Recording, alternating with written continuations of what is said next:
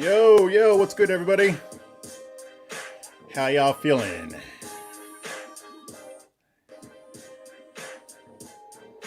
Come on in. We can have good talk tonight. Let me know that you're live in the chats. Let me know how your Monday's going. Let me know how your weekend was. All that good stuff.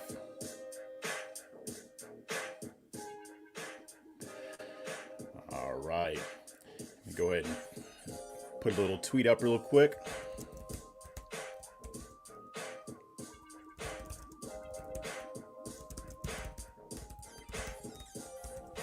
All right. I am ready to go. What's up, Endgame? It's Monday. Yes, it is Monday. It is totally Monday right now.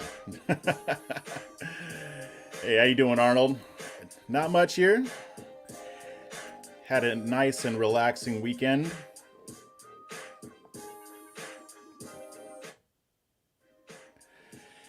My weekend was actually pretty good because I did nothing except for play PS4. Usually on weekends, I work 7 days a week, but when you're covering politics, you have to take a break from it.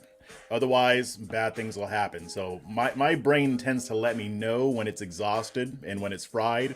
So in those moments, I know I have to take a break. Is that G-Funk in the background? No. It's my theme music. If you listen to my audio podcast, that's my theme song, courtesy of Darby O'Maro, the founder of the First Class Broadcasting Network that my podcast is a part of. So that's where the music comes from. Hello, beautiful evening here in Pennsylvania. That's good. Beautiful evenings are good. I'm going to phase that out really quick. But yeah, it's supposed to start raining here in Austin. I think starting tonight, but definitely tomorrow and Wednesday. So that'll be nice.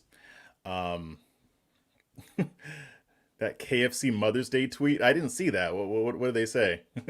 I didn't see any KFC Mother's Day tweet. For the most part, I was off of social media. Like I ducked my head in. It's like I opened the door and ducked my head in every now and then just to see what was going on. And then after like 10 seconds, I closed the door back and went back to what I was doing. Which, by the way, I know I'm probably late on this, but Assassin's Creed Valhalla is an excellent game. If you guys are gamers, if you're into video games, I had been playing Assassin's Creed Odyssey, which is also a great game. Got a little burned out on it, but I wanted to beat it before I played Valhalla, but I couldn't wait. So, I'm glad that I made the decision. I'm glad that I chose to get Assassin's Creed Valhalla because I am having a wonderful time playing it. So, but I digress. So we got a few things to talk about today. This one might not be as long as my normal ones are. Then again, I might babble, so we'll see. But before I get started, as usual, check out my brand new podcast, audio only, with fresh content for a fresh perspective. I talk about issues that I don't cover in my live streams. So I might talk about something that I wrote in an article or something that I discovered, but it's an hour-long podcast, and I really appreciate your support. The link is in the show notes, so you can get it on iTunes, Spotify. I recently got accepted to iHeartRadio as well, but you can also listen to the podcast wherever you get your podcast. So, but just make sure that you choose one with this logo here. Yeah, there we go. Because the old podcast is still up. I'm still trying to get it taken down so that there's no confusion. But just make sure you look for the correct logo. And also, when you listen to it, please give me a 5-star rating and also leave a comment. That stuff helps me out quite a bit. A lot of you have been awesome with that, but I need more. I'm trying to make it into iTunes new and noteworthy section so I can get more listeners on there so we can have more conversations. So I appreciate that. As always, if you want to support my work, join my locals.com community. The link is also in the show notes. It's afreshperspective.locals.com. It's only $4.99 per month, and you'll get content that other people don't get. Like, for instance, last week I did a total breakdown of Liz Cheney's op-ed that she wrote for the Washington Post when it became apparent that she's going to be removed from her position. Which, by the way, it looks like that's set to happen on Wednesday, so I'll be talking about that then. Also, if you want to do a one-time donation, I appreciate that too. The links are here. or the links are, come on, you little. Okay, so now it doesn't want to work. All right. You can see them in the show notes, the Cash App and the Venmo. Oh, there it is. Bam. All right. Yeah, StreamYard doesn't like me sometimes. Um, Also, you can also give super chats too. If there's a burning question that you have or something that you really want to have me talk about on this broadcast, just put in a super chat. It's on the chat feature. So, without further ado, let us get going. So, first, I want to talk about PolitiFact. Now, in case you're not familiar with what PolitiFact is, it's a supposed fact-checking website. And it's been around since 2007. It's similar to Snopes and other alleged fact checkers, because I always qualify that term with these sites. And you're going to find out why in a second. But PolitiFact, so the Media Research Center, which is kind of like a right-wing media watchdog. It's almost like Media Matters, but on the right and with less lies. And they really analyze left-leaning media and their reporting, and they cover bias and things like that. And they do these studies, like they did it during Trump's first 100 days. They did a report on how the media covered him. They're doing the same with Biden. So this is pretty much what they do. This is their bread and butter.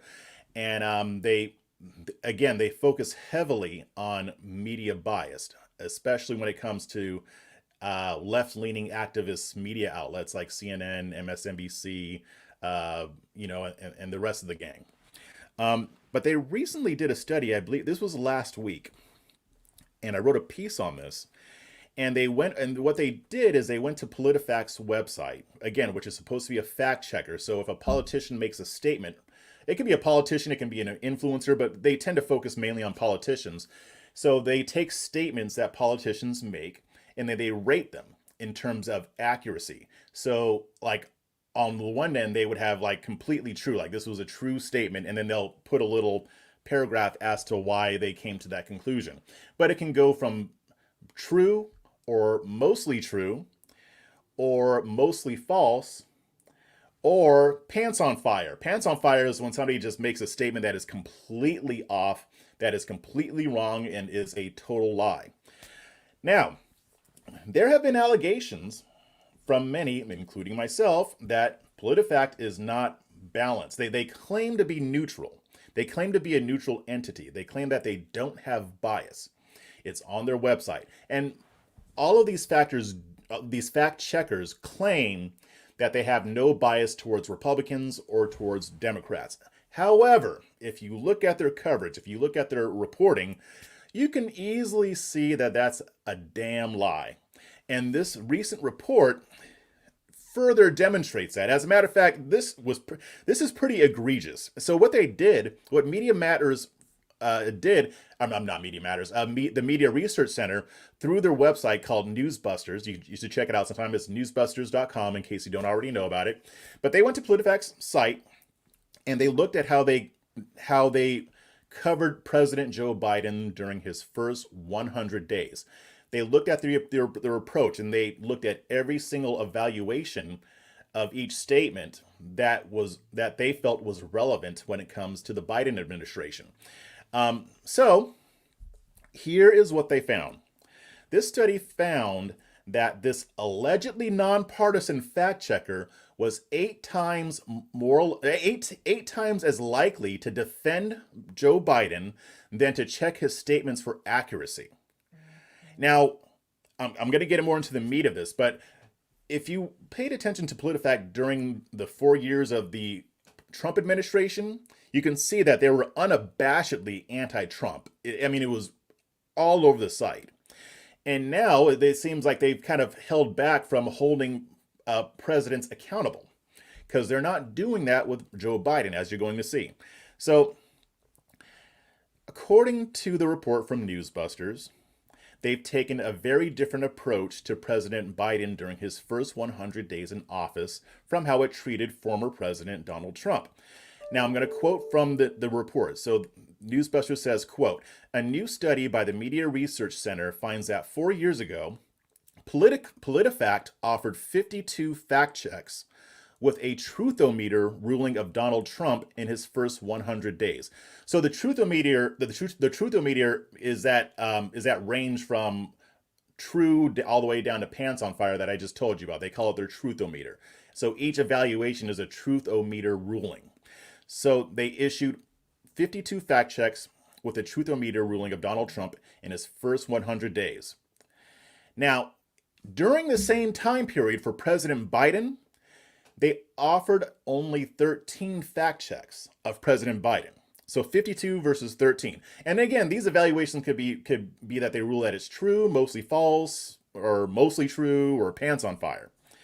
So on top of that, they didn't just have, with Biden, they didn't just have a category of fact checks of President Biden, but that would be normal. They had one for fact checks of Trump.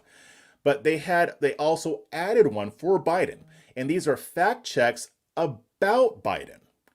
So here's what this means.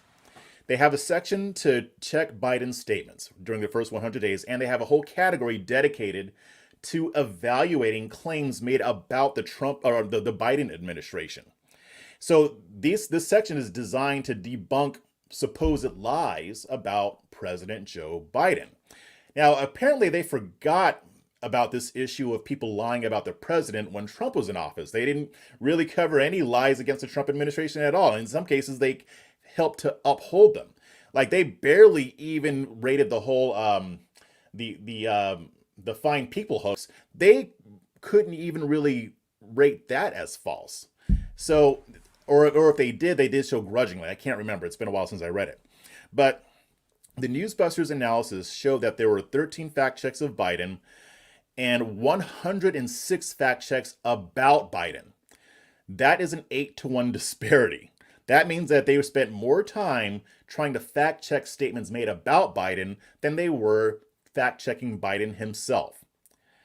So the report further states, quote, many of the fact checks about Biden are about Facebook posts, viral images, or tweets. Those rulings often translate into content warnings.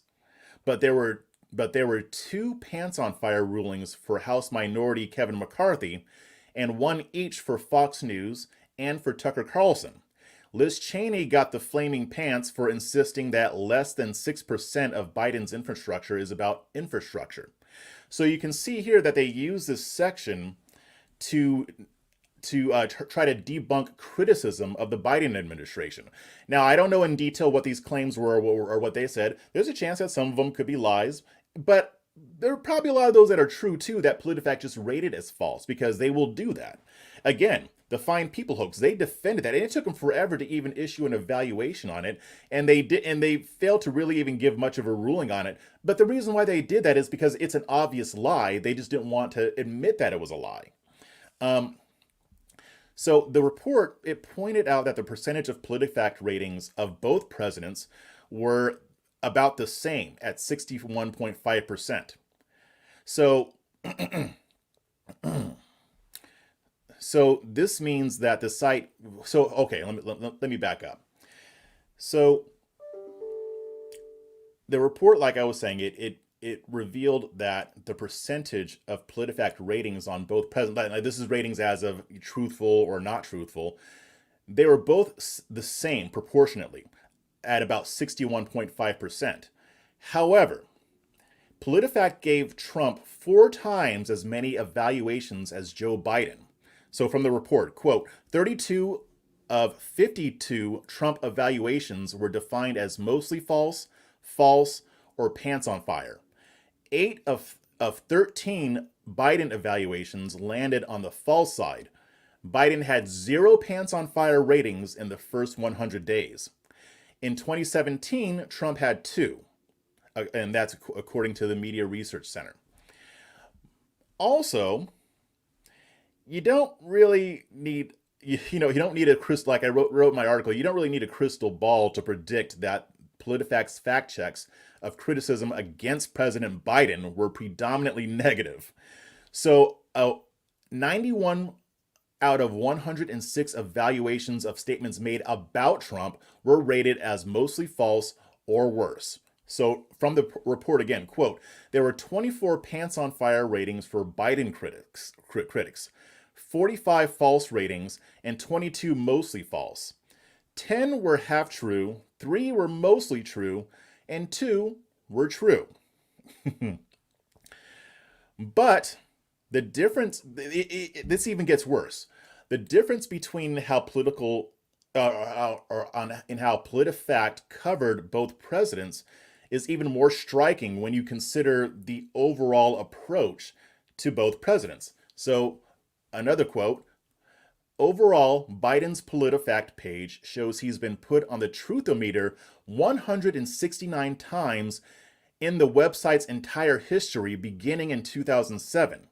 And he was found to be on the true, mostly true side about 67 times. This is almost 40%, and mostly false or worse 78 times. That would be 46%. By contrast, Donald Trump has 931 of these fact checks, and 692 of them were mostly false or worse. That'd be 74.3%. Trump has 161 pants on fire ratings, while Biden only has 6. So even though Biden has been in the public eye as far as being a politician for much longer than Donald Trump, Trump has far more they evaluated Trump far more than they ever evaluated Joe Biden. Bias. That is bias. Now, here's the thing. I'm not going to say that President Trump doesn't lie. He lies. Of course he does. Do they lie to the extent that the media wants you to think? No, but I'm not going to sit here and pretend that President Trump is a paragon of truth and honesty. He's not. Now, some of his lies are egregious. Most of them is lying about himself, like exaggerating what he does. You know how Trump is. He uses a lot of hyperbole. I mean, I think it was the Washington Post who claimed that he tell like 100,000 some odd lies. If you read their list, most of what they construe as lies, or I'm gonna roll that back. Most of what they portray as lies are statements of opinion. Like Trump is giving an opinion that he thinks is right. Then they say, no, we disagree, and this is why. Therefore, that means Trump lied. Or if Trump kind of hams it up when he's talking about things that he's accomplished, when he uses the hyperbole that a lot of people use, they mark that as lies. So even that article was deceptive. But again, Trump is a politician and Trump is Trump. He doesn't always tell the truth. I'm more than willing to admit that. Some people are going to be mad at me about it. But the fact remains. PolitiFact is not concerned with exposing lies being told by the hard left. They never had a section to evaluate comments made about Trump, despite the fact that he was lied about a lot. So just because Trump will lie does not mean that his opponents are honest. They're not. If you look at how the activist media covered him, they engage in a lot of the same behavior that Trump did. They lied all the time. And the thing about the media is that they present themselves as being objective, which is a lie in and of itself. I don't think, maybe somebody can correct me if I'm wrong, but I don't think that there are a lot of lies that Trump told that would affect our lives. Like, he didn't say, if you like your doctor, you can keep your doctor. That actually affected people's lives. As far as I know, and again, you can correct me, I can't remember any lie that he told that impacted people's lives in that way. So the thing is, if these supposed purveyors of truth actually took their role seriously, they would never have set up an entire section devoted to defending President Biden. They're supposed to be speaking truth to power here. Instead, they're trying to run cover for Biden and go after people who criticize him. It's absurd. And yet, social media companies like Facebook will rely on fact checkers like PolitiFact to rate content that is published on their platform. We already know what direction that goes in. It's designed to further censor conservatives. These fact checkers should not be taken seriously for the most part. I haven't seen one that is more balanced. If you guys know of one, hit me up. Let me know. I'll take a look at it. But these people lie. I would have at least a modicum of respect for PolitiFact if they just admitted, hey, we're shills for the Democratic Party. We're hacks. This is what we do. We are going to defend Biden at whatever cost. We're going to go against his opponents, and we are dedicated to fact-checking lies being told by the right. I wouldn't mind that, because at least they're being honest about it, and I know where they're coming from. But to people who don't know much about politics, or maybe they're just a casual observer of politics, they might assume that PolitiFact is actually legitimate. It's not, because they lie about their purpose. And they can deceive tons and tons of people. They already have deceived people by not being honest about what they are and about addressing only criticisms of people that they like. So just wanted to put that out there. I mean, I'm sure this is going to keep coming up because PolitiFact is still a thing. And unfortunately, they're going to deceive a lot of people. We, on the conservative side, need to have an answer to that. Now, in a sense, we kind of do. I mean, we have conservative media, and they debunk a lot of leftist lies, too. I wish we did have a fact checker that was honest, that would check both sides. That would be great. But that's not the world we live in now. There's no chance of that happening anytime soon. So let's see what you guys think. Let's see what you guys think in the chat here. Let's see. Funny how all these fact checkers suddenly disappear now that Joe Biden is in office. No, they haven't disappeared. They're still there. They've just traded their sword for a shield. They had a sword to go after Trump, and now they have a shield to defend Biden. Let's see. Let's see what else we got. Okay. Yeah. What politician doesn't lie like an out-of-control fire hose? Yeah, they all do. That's why I have no problem admitting that Trump lies too. Our politicians lie. I mean, politicians everywhere, since the beginning of politics, have been out-and-out liars. Sometimes they lie on purpose. Sometimes they don't lie on purpose, but they do lie. Let's see.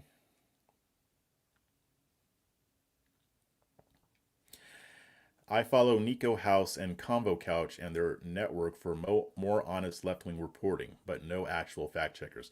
I'll have to check them out. I have no problem with listening to left-leaning commentators.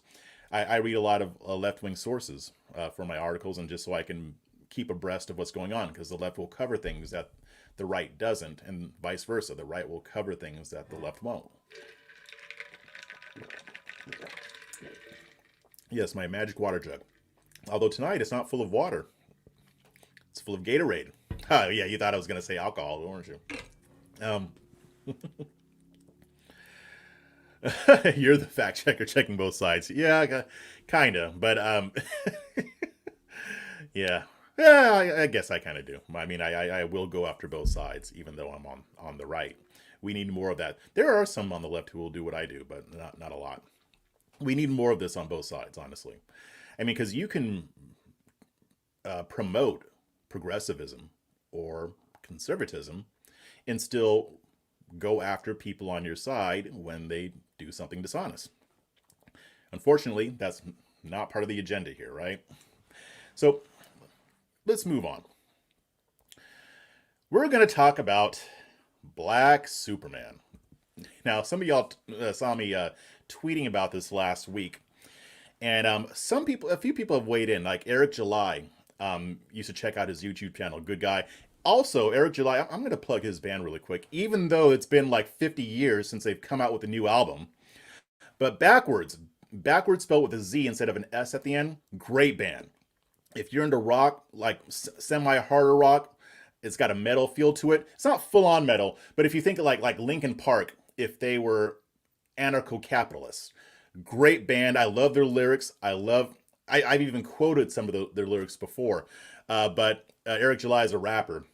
And then they also have a singer in the band too. Great stuff. I would highly recommend checking it out on Spotify or something else. I don't mind doing a shameless plug. Even though I don't know Eric July personally, he's a cool guy. I like to listen to some of his stuff sometimes. And he's big into comics. So he was I think the only one I saw on YouTube talking about this. And what they're talking about is they are going to make Superman black. And this is like the latest episode of Progressives Pretend to Care About Black People. And and here's the thing. I mean, there has been a push for black representation in superhero movies, which I like. I have no problem with that. I think it's great. I'm glad that Black Panther got popular. I'm glad that Blade isn't the only popular black superhero in film now. I'm glad that we have Don Cheadle playing War Machine. I think it's awesome.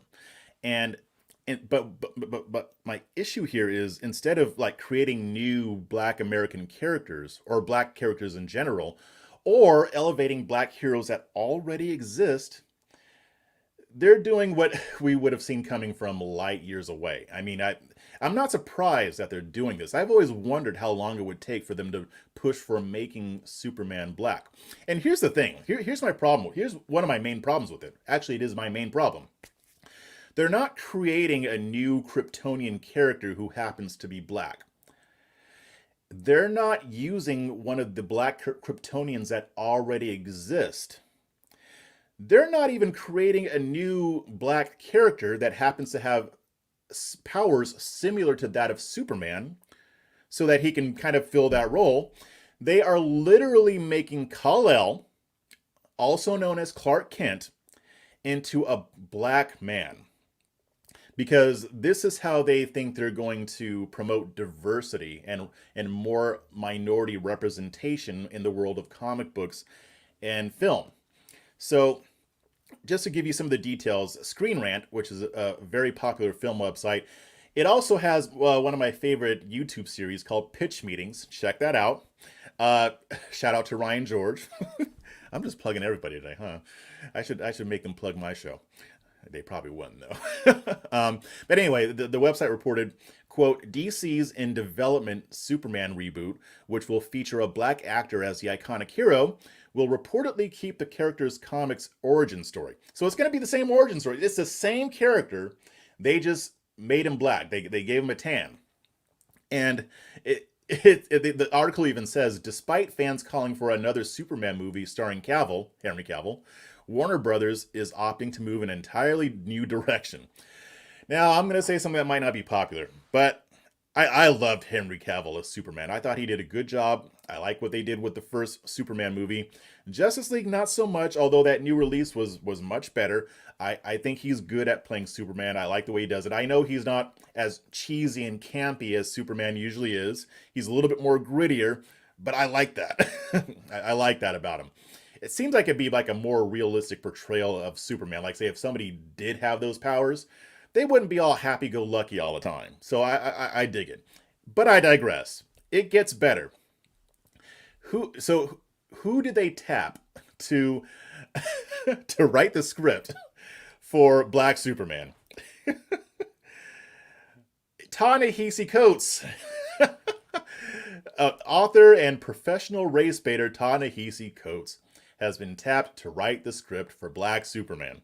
By the way, I don't think they're going to call it Black Superman, but at this point they probably should. They shouldn't even just call it Superman. They just straight up call it Black Superman. I mean, why not just go all the way? Anyway, this is the guy who wrote a comic in which he compared Jordan Peterson to Red Skull.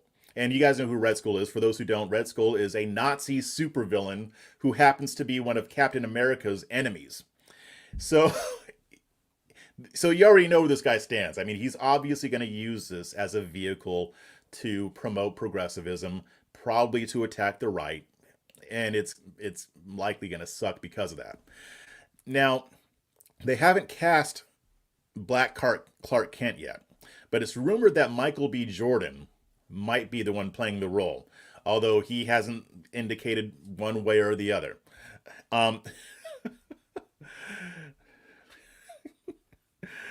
Let's see. Okay.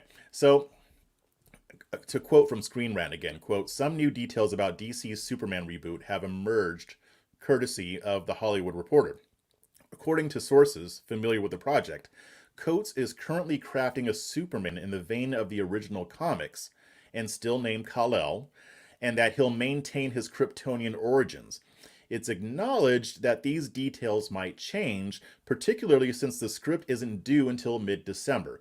Additionally, the concept of the movie being 20th century period piece is being considered, so maybe it'll take place in the 90s. Now, yeah, I'm not going to read the rest of the piece. I have that in the show notes. You can check it out. But well, I will read something else that Screen Rant said. So it's looking like they might be trying to go extra extra woke with this, because not only is Superman going to be black, the Screen Rant also wrote, in centering a black man in Kal-El's immigrant origins, this Superman project has the potential to say something truly meaningful. So it's possible that they could use this to promote immigration. Now, that's just the Screen Rant's opinion. I'm not saying that there's evidence of that yet, but yeah, I mean, it wouldn't be shocking, would it? Um, Here's the thing. I mean, race bending. I mean, this is race bending. It's when you take a character that is one race and then turn them into a different one. Like with Nick Fury. Nick Fury used to be a white character. And then when the ultimate Marvel's Ultimate series came along, like Ultimate Spider-Man and Ultimate Avengers, they turned him into a black man whose appearance was modeled after Samuel L. Jackson, who ended up playing him in the Marvel movies. So, I mean, race bending, it has been kind of an annoying phenomenon, but not fully. I don't, in general, have a huge problem with it. I take it on a case-by-case basis. I'm okay with them race bending with Nick Fury. I mean, he's not necessarily an icon. He's not that popular. And, I mean, if it's Samuel L. Jackson, you gotta let it happen. So I didn't have a problem with his.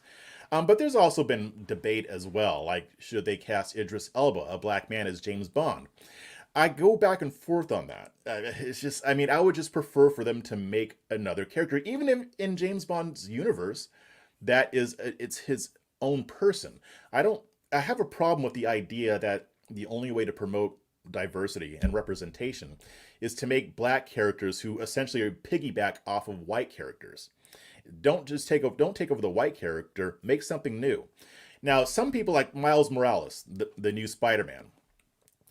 Um, I didn't have as much of an issue with him because Miles Morales is not Peter Parker. They didn't make Peter Parker black. They introduced a new character that ended up getting those powers. And here's the thing. I mean, it kind of lends a little bit of realism to it because, I mean, if Peter Parker got bit by a genetically altered spider, it doesn't make much sense that absolutely nobody else could be bit by a spider in that lab as well. So that's how, Miles Morales got his powers. But they also gave him different powers from Peter Parker. He can turn invisible. He can, make electricity with his hands. And I can appreciate that character. I mean, my son loves him. I mean, I got the Spider-Man game for PlayStation 4, and he devoured that game. He wouldn't stop playing it until he beat it, and he still loves playing it. And it does give more representation. I mean, here's a little story about myself. When I was a kid, I loved comic book characters. I loved Superman. I loved Superman a lot. And as Halloween, I would dress up as him. But in the back of my mind, I always knew I'm not Superman because Superman is a white dude. I'm a black kid. I still had fun with it. It didn't ruin the experience, but I didn't feel like back then there were really superheroes who I can glom onto as a black male. And this sounds like something that's frivolous and not important, but it is important. It is important that black kids, black boys and girls can see positive representations of black people in media, whether it's comic books, whether it's movies or what have you. And while I still enjoyed being Superman, it would have been awesome if, say, Black Panther were a thing back then. I mean, he existed, but I didn't really know about him. Most people didn't because he wasn't as hyped up as some of the others. So now I'm glad to see more representation. I'm glad that black kids can dress up as Black Panther.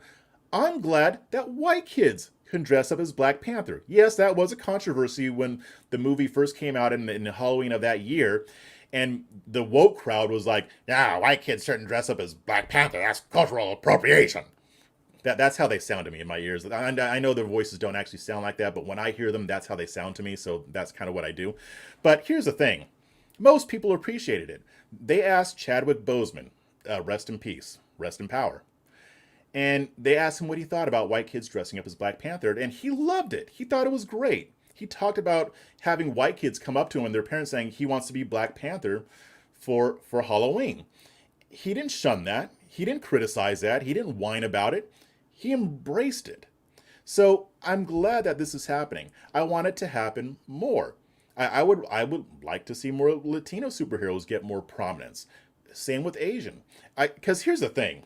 I mean, if we're thinking about this realistically, and I know we're talking about the world of comic books, but realistically, if there were people who had powers, who were aliens or they got them through mutations or mutants and stuff like that, they wouldn't all be white. Come on now. We know that there would be more superheroes of color in the mix.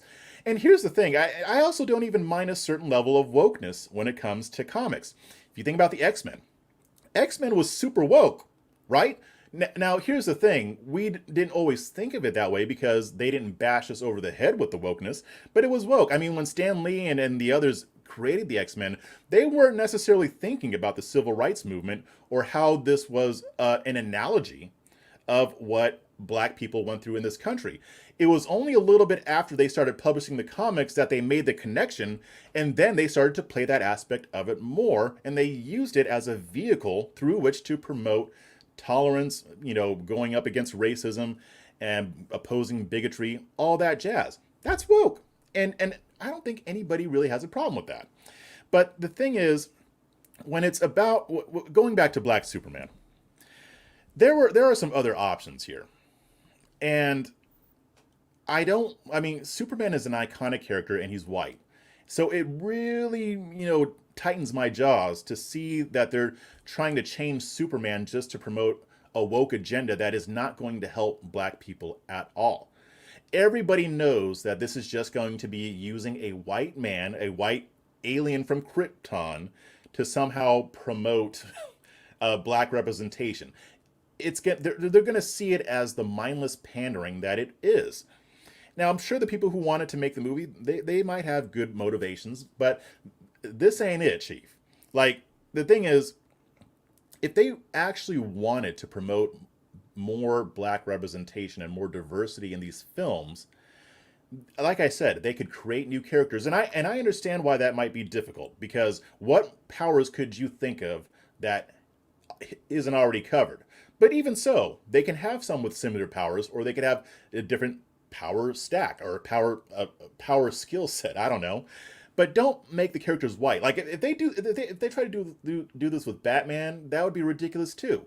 But I've seen other comics that have made black characters that are similar to Batman in that they're human and then they use gadgets and stuff like that, but they didn't just straight up make him Batman.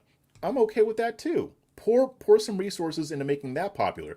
But along with that, what they're also missing is that they could focus on less popular characters who happen to be black and bring those guys to the silver screen. Because there are black superheroes that exist in the comics and they're just not as well known. Now, I'm going to talk about one of them right now. And I didn't even know about this guy until like a while ago. One of my followers told me about him, and so I did some digging on it. I haven't yet dug into the comics yet because I don't always have time, but I want to. And the thing is, there is already a compelling black character that deserves his own movies, movies, very similar to Superman without being the same thing. And his name is Icon. Icon is a superhero who has powers that rival Clark Kent. And his backstory is just as interesting. So Icon, his real name is Arnis. He is an alien who comes from the planet Terminus. And here's how DC fandom describes his origin story. Quote, Arnis of Terminus is a marooned alien negotiator. After crashing in the Deep South in 1839, he worked himself up from slave to Union soldier to lawyer and was involved in much of Black history. He developed the persona of Augustus Freeman, posing as his own son 4 times because he has a longer lifespan. And then he also has a sidekick named Raquel, who convinced him to become a superhero. And he essentially became an icon for the black community in Dakota City, which is not real. It's a fictional city like Metropolis or Gotham City. And so the website describes him as, quote, a very intelligent, somewhat stiff kind of person. And it also notes that because of his upper class job as a big time lawyer and his proper way of speaking, he's a Carlton, that he's often criticized as being a sellout or being whitewashed. That's a thing. And here's the other thing that's very compelling about Augustus Freeman, aka Icon. He also happens to be a conservative Republican. Now, here's why the woke crowd would never want to make a movie about him, because his politics don't line up with theirs, even though he's a fictional character. In fact, Supreme Court Justice Clarence Thomas is a fan of Icon. Now, I'm going to get back to the politics of it in a second, but just to go on, Icon possesses many of the same powers as Superman, which include flight, super strength, super speed, super agility. And at one point, he punched Superman 50 feet into space. And later on, Superman admitted that nobody, including Darkseid, ever hit him that hard. Now, you know how powerful Darkseid is. So here's the thing. A film about Icon would promote a black character that most don't know about without having to just piggyback off a white character who has already been established. And it would also introduce a new generation of black children, black boys and girls, to a superhero who's been overlooked basically since his inception. Here's the thing. They wouldn't even have to include his politics in the film. They can make him apolitical. Most people would be okay with that. But here's the thing. If they did that, people would do the research and they would find out that he's a conservative. So I think that's one reason why they wouldn't want to highlight Icon. Now, I'm hoping that there's somebody in Hollywood who, has some balls and makes a movie about Icon, because he deserves it. I've seen some, talkings about it on the internet when I Googled it. But instead of making Black Superman, just make Icon. Icon, yes, he's an alien, but he essentially, for all intents and purposes, is a black man who lived as a black man since the 1800s. He was a slave. He was a Union soldier. He lived through all of that. And the fact that he's a Republican would be interesting to me, even if I were a full-on leftist.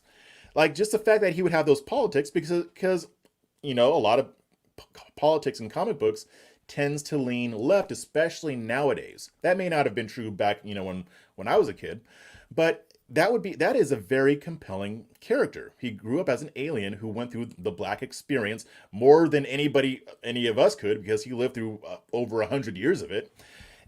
I think that they could even make a good social commentary out of that movie, as long as they didn't bang us over the head with the wokeism. Like some people complain about that with a Falcon and Winter Soldier. I don't agree. I don't think that there was too much leftism in that. It wasn't that big of a deal to me, but I get it. And this would be far more, what's the word I'm looking for? This would be far more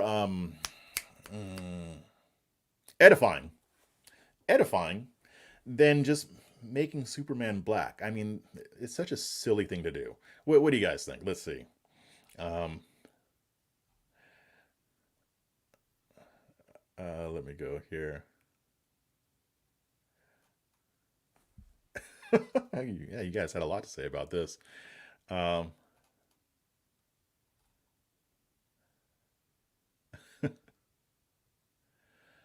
okay. All right. Okay. All right. When it comes to fantasy and whatnot, I'm fine with whatever the race and creed. Wait, I'm sorry. I'm fine with whatever the race, creed, and sex of characters. I just want a good story. Or they could do Static Shock. Static Shock, yes. That's it. They could go with Static Shock. That'd be awesome. He's a great character. Um, I remember Luke Cage, Power Man back in the day. Now Luke Cage is bad. Luke Cage is like if Shaft had superpowers. That's Luke Cage. They did an excellent job with that character in the Netflix. I was so disappointed when I found out they were canceling those. I know they're probably going to bring him back on Disney Plus. I don't know if it's going to be the same actors or the same storyline, or if they're just going to start all over. I kind of hope that they continue it, because the actor that played him was solid, completely solid. Yeah, Luke Cage is somebody who can be in a movie. I don't know if he'd be able to have his own movie, but they could probably do something with him. Let's see. DC wants the same reaction from its core black audience that Black Panther had. Yeah, I bet they do, but they've been messing it up. They've messed up everybody. They've messed up Justice League, so it doesn't surprise me that they would mess this up. I mean, they have so much, but here's the thing that pisses me off about DC. See, you got me going now. Their movies suck for the most part, but their animated films are great. They're awesome. I love watching them. The Batman and even the Superman series. I've watched a bunch of them, and they are very well done. The plot lines are impeccable, and yet they just can't get it right when it comes to live action. But yeah, I do. They probably do want that core black audience. This is not the way to get it. Put Icon in there. Again, you don't even have to deal with his politics. Icon would do a much better job than just making Superman black. It's the corniest shit I've ever heard. I mean, honestly, it's horrible. It's ridiculous. And I know we're just talking about fictional characters, but I don't care. This pisses me off. That's okay. I'll pass up more Henry Cavill Superman for more Witcher. You know what's funny about that? When I started watching The Witcher, it took me like 2 to 3 episodes for me to figure out that that was Henry Cavill because he looks so different. He's a great actor. I like this guy. I like this dude. I mean, he's good. Let's see. They could have done Mr. Terrific. I don't think I've heard of Mr. Terrific. I'm gonna have to look that up. Let's see.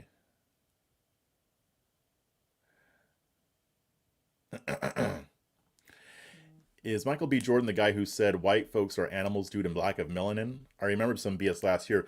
No, you're thinking of Nick Cannon. He said that crap. um, let's see. Black Panther was also back in the 70s too. Yeah, I think he was created I think he was created around the same time that Captain America was, or maybe a little bit later. But I wasn't born until 1980. So I think by that time people just weren't paying attention to him. I didn't learn about Black Panther until I want to say a teenager. Let's see.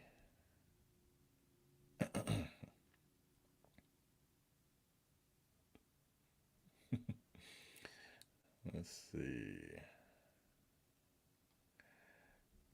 Tokenism in Hollywood, yes.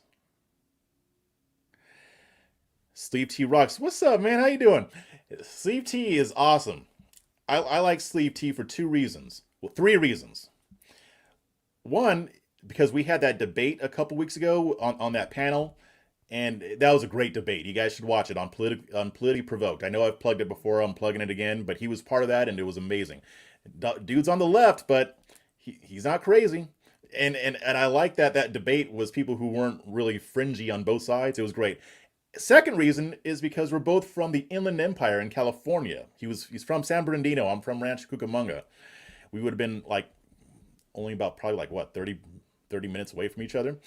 And he's a musician, and I used to be a musician. So yeah, love you, Sleep Tea. You're awesome. What else we got here? Um, Miles Spider-Man was done very well, although my GF at the time fell asleep in the theater.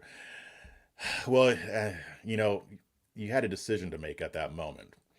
And if you stayed with her, then, I mean, she must have a lot of endearing qualities because that would just be instant breakup for me.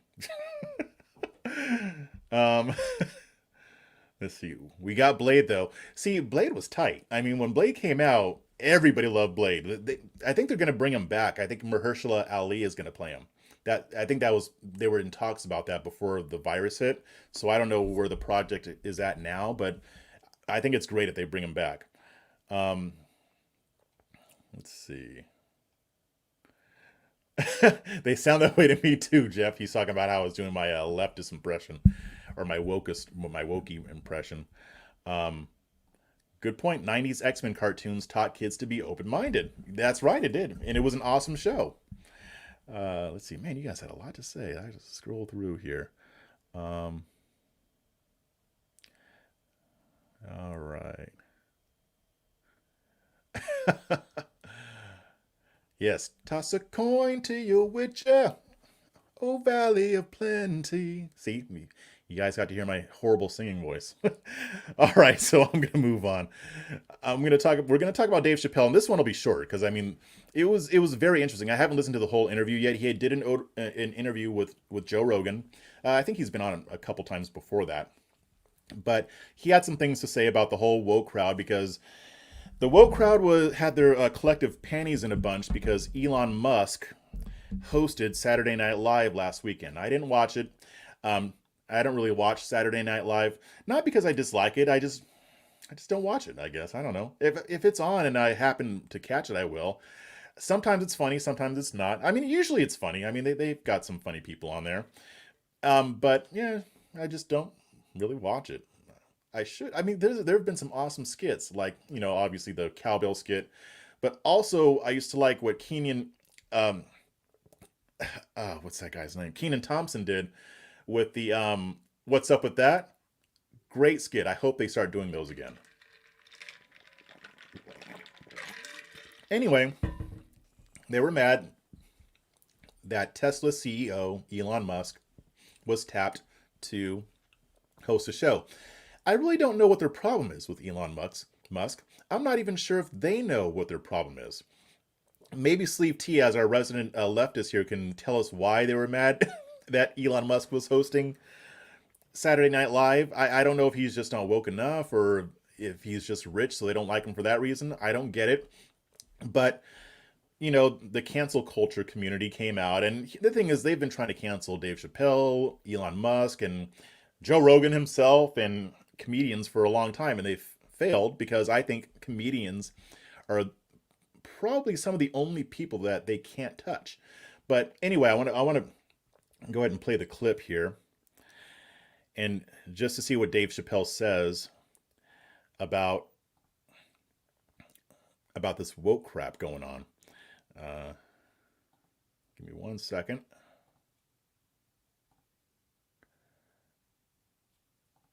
There we go. All right. So I think I've got it right where it needs to be.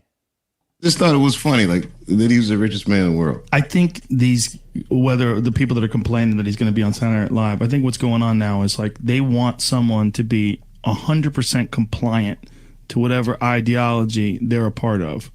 And any deviation of that is problematic. Whether it's because they think, like I saw an article that said Elon Musk donated $150 million to some charity and they called him a cheapskate. That's hilarious. How hilarious is that? Well, wait till they see when I'm a billionaire. Talk about get ready for this cheapskate. No, my brother.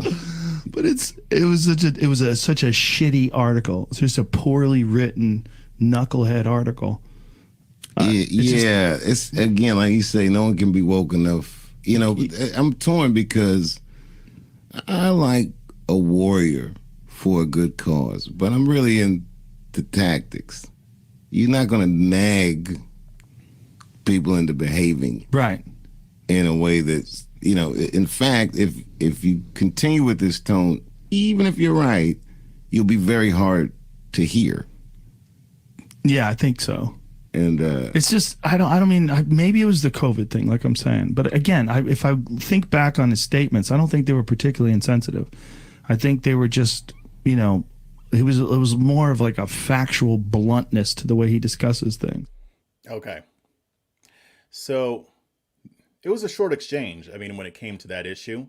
And, okay, so Sleeve T, you say Elon Musk, he downplayed COVID and prevented Tesla from unionizing. Heretical sins to lefties. Okay, I get it now. All right. And yeah, now I do remember that he said something that was considered controversial about COVID. I don't remember what it was. I'll have to look it up. But even so,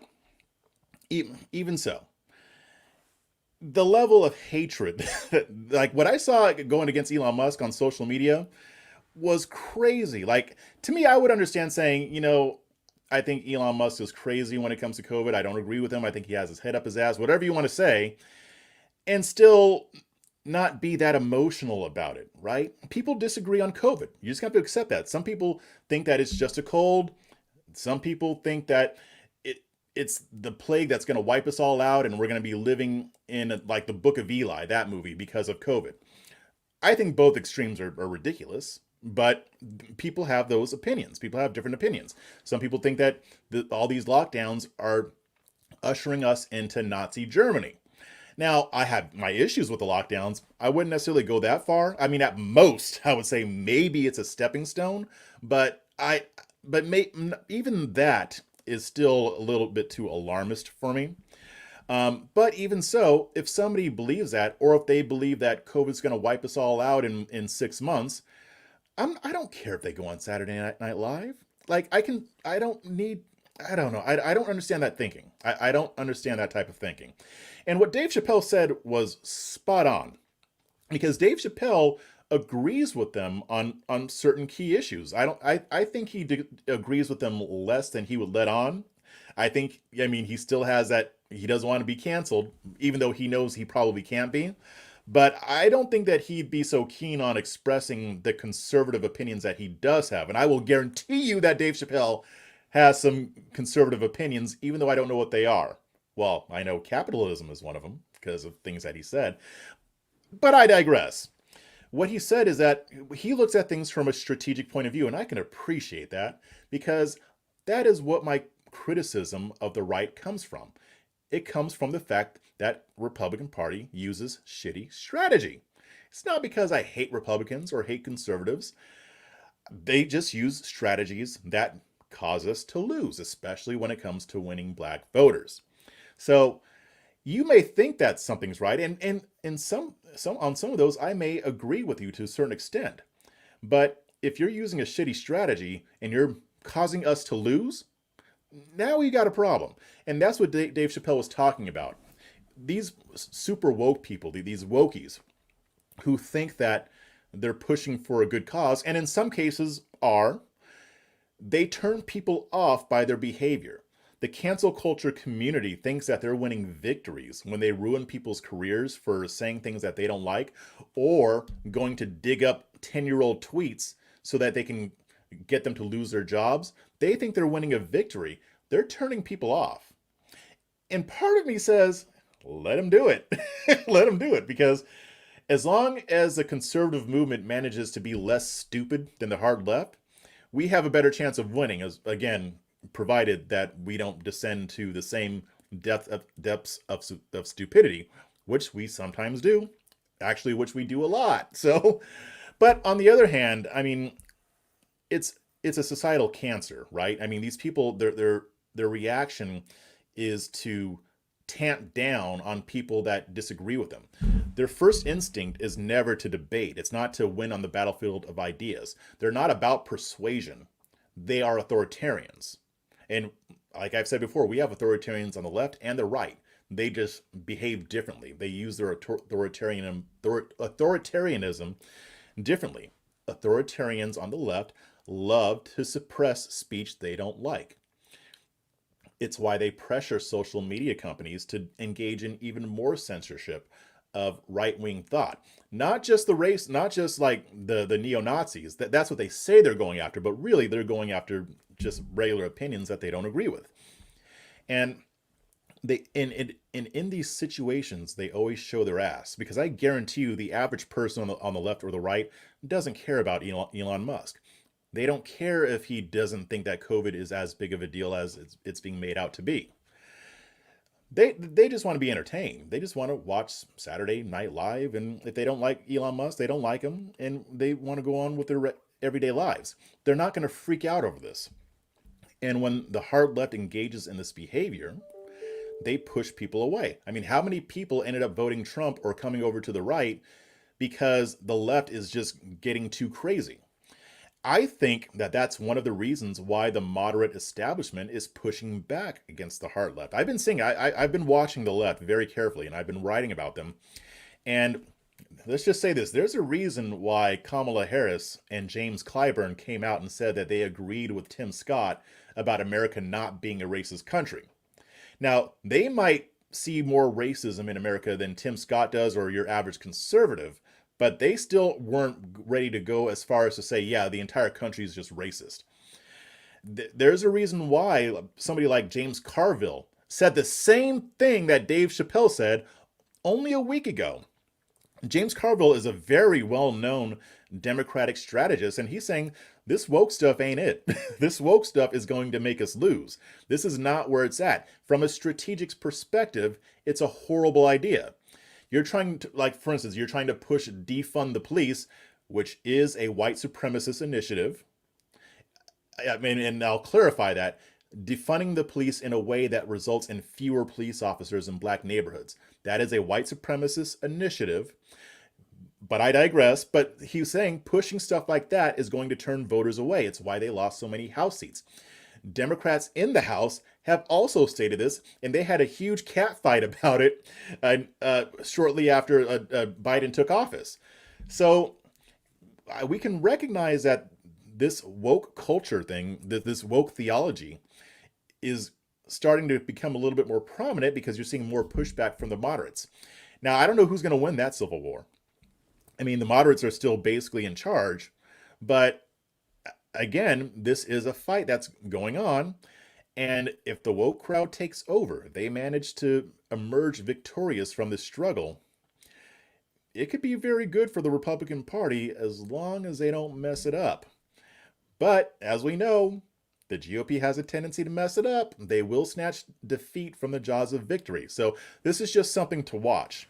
Chappelle's commentary was absolutely spot on. I think that's why he's clashed with these people so many times. I love that he doesn't give a crap. I don't care what his politics are. I just love that he pushes back on this woke theology and the cancel culture community, because that's a societal, in my opinion, it is a societal cancer. It is.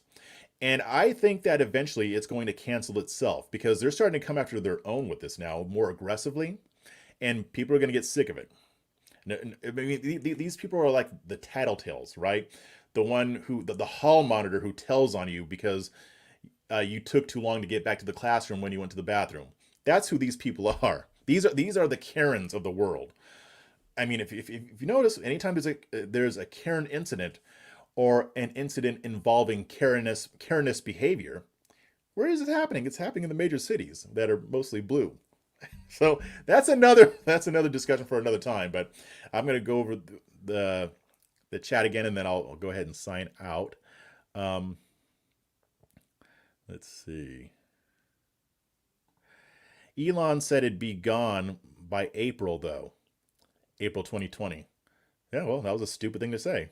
That's why you don't listen to Elon Musk about COVID-19. But, I mean, I'm not going to complain that he's on SNL. I mean, and I'm not saying you're saying that's okay, Sleeve Tea. I'm just saying my opinion. Let's see. Agree about icon completely. Yeah.